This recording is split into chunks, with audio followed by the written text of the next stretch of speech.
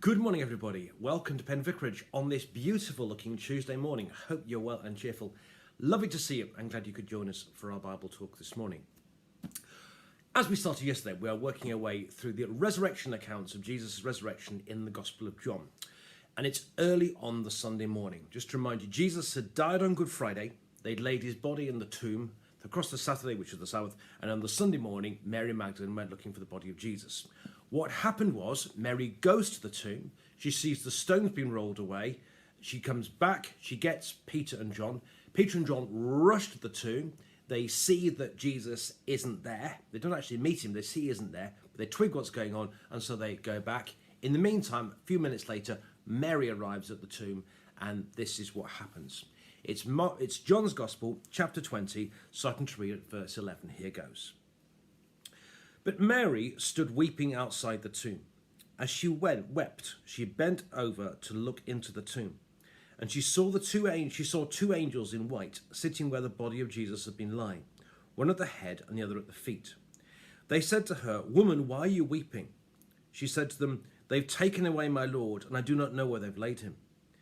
When she said this, she turned round and saw Jesus standing there, but she did not know that it was Jesus. Jesus said to her, "Woman, why are you weeping? Whom are you looking for?" Supposing him to be the gardener, she said to him, "Sir, if you carried him away, tell me where you've laid him, and I will take him away." Jesus said to her, "Mary." She turned and said to him in Hebrew, "Rabboni," which means teacher. Jesus said to her, "Do not hold on to me, because I have not yet ascended to the Father. But go to my brothers and say to them, I'm ascending to my Father and your Father, to my God and your God." Mary Magdalene went, announced to the disciples, "I have seen the Lord." And she told them that he had said all these things to her. And this is the word of the Lord. Thanks be to God. Well, 3 or 4 things about this reading this morning. Firstly, as I said yesterday, when you read the Bible, don't just read it with your head and your mind. Also feel it with your heart. And try to see what's going on for Mary here. Mary Magdalene is somebody whose life had been a complete and utter mess. It had been all sorts of problems. And she'd met Jesus when Jesus had been alive before. And to use that overworked phrase, she'd been saved. Her life had been saved. Jesus had turned her round. He'd given her hope. He'd given her forgiveness. He'd given her peace. Basically, he'd given her life back again. And then on Good Friday, she'd watched this man who'd done so much for her. She watched him die on a cross.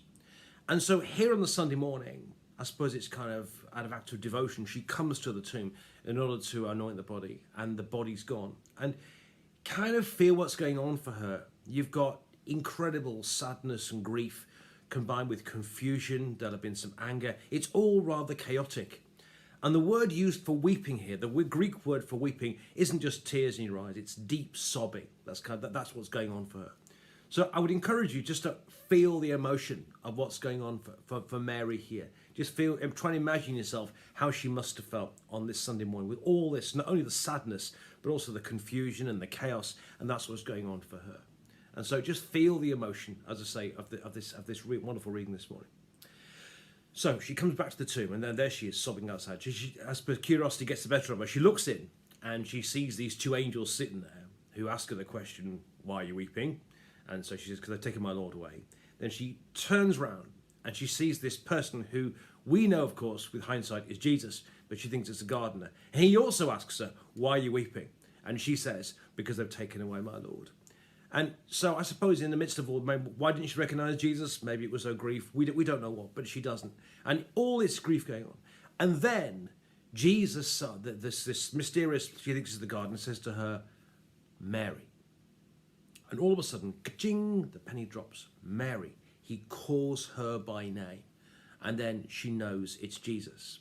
And then I guess the penny drops for her. But it's interesting that he calls her by name. He calls her Mary. And I believe that today, for you and I, Jesus calls us by name too. I'm not just another one. My name is Ben, and he calls me Ben. And to you, Mary, Jean, whatever your name is may be, he calls you by name. And I think in the same way that Jesus called Mary all those years ago, he calls us by name today. So I would encourage you to hear God, listen to God calling your name. You are not just another one. You are special in his sight, and he calls us, he calls you, and he calls you and me by name as people. That's the second thing. The third thing is, as soon as the penny drops, understandably, she grabs onto Jesus. She clings onto him, maybe falls at his feet and clings onto him. And Jesus says these straight, and I understand it, as I understand, these are some of the hardest words to understand in the Bible. Do not cling on to me, says Jesus. I've not yet ascended to the Father. And there have been various explanations to this, but as I understand it, what it really means is, you haven't got to hang on to me. I'm not going away yet. I'm back, but I'm going to be around for a while yet. You haven't got to cling on to me. I'm going to be around for a while. You haven't got to cling on to. But he says, go. I'm going to be here for a while, but go and tell my brothers what's happened. Go and tell people what's happened. And I think similarly for us, we can meet Jesus, we can encounter Jesus in our lives, but we can't just stay in that place. We have to go on and tell people. And there's an imperative for us too.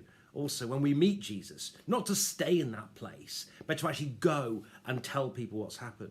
And I suppose I would encourage us today in our Christian faith to go and tell others, maybe share these morning talks with your friends. Maybe now we're back in church, invite friends of yours to come along as well.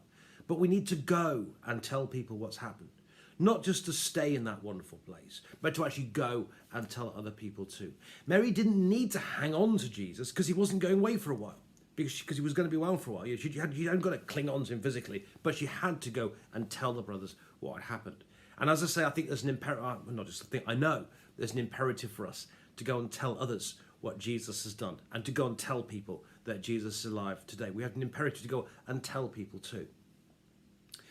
But finally, there's these fascinating words that Jesus says to my Father and your Father, my God and your God. And there's a strong sense here is that now that Jesus has achieved this, now that he has died and risen again and ascended into heaven, the same way that he is with God in a similar is our God as well. Your God and my God, your Father and our Father. That as Jesus had that intimate relationship with God, we can also have an intimate relationship with God too. We don't just need to know about God, we can get to know God too. That as Jesus spent his life in communion with God, we also can spend our lives in communion with God too. That in the same way that he knew God, likewise, in a sense, we can know God too. Because it's our God as his God and our Father like his Father. And we can know God as our heavenly daddy, not just to sort of face us or a heartless God in the sky somewhere, but know God as our daddy, our friend, our intimate Father, as I say, who's with us all the way. So 4 things from this reading this morning. Firstly, feel again the emotion of just what happened to Mary. Try and feel yourself into that story if you can, into what's going on here. Secondly, listen to the call of God on your life and my life, to hear him calling your name. Thirdly, also to remember that we can't just, when we meet Jesus, we can't just stay there, but we have to go and tell other people too.